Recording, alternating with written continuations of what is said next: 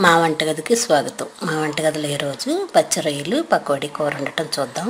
కావాల్సిన పదార్థాలు: ఉప్పు పసుపు వేసి ఉడికించిన పచ్చి రొయ్యలు 200 గ్రాములు, పకోడీ 100 గ్రాములు, ఉల్లిపాయలు 2, పచ్చిమిర్చి 3, గరం మసాలా అర టీ స్పూన్, కారం 1 టీ స్పూన్, ఉప్పు రుచికి తగినంత, ఆయిల్ 4 టేబుల్ స్పూన్లు, అల్లం వెల్లుల్లి పేస్ట్ అర టీ స్పూన్, కరివేపాకు కొద్దిగా. ఇప్పుడు తయారు చేయడం చూద్దాం. స్టవ్ పై ఆయిల్ వేడి చేసి జీలకర్ర, ఉల్లి పచ్చిమిర్చి ముక్కలు కూడా వేసి వేయించుకుందాం. ఒకసారి వేగిన తర్వాత మూత పెడదాం.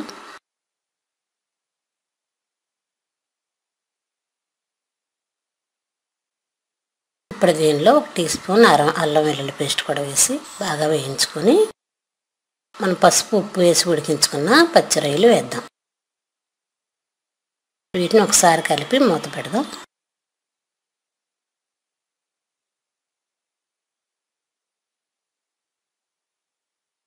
ఇప్పుడు దీనిలో పకోడీ,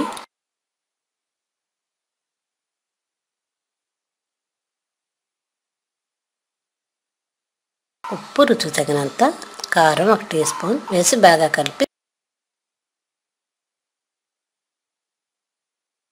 ఒక గ్లాసు నీళ్ళు పోసి మూత పెడదాం.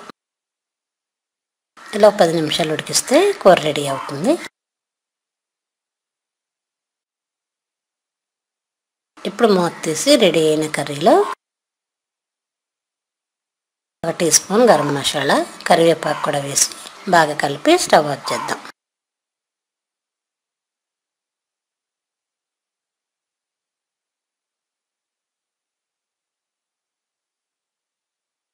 ఇలా రెడీ అయిన కర్రీని వేరే బౌల్లో తీసుకొని సర్వ్ చేద్దాం.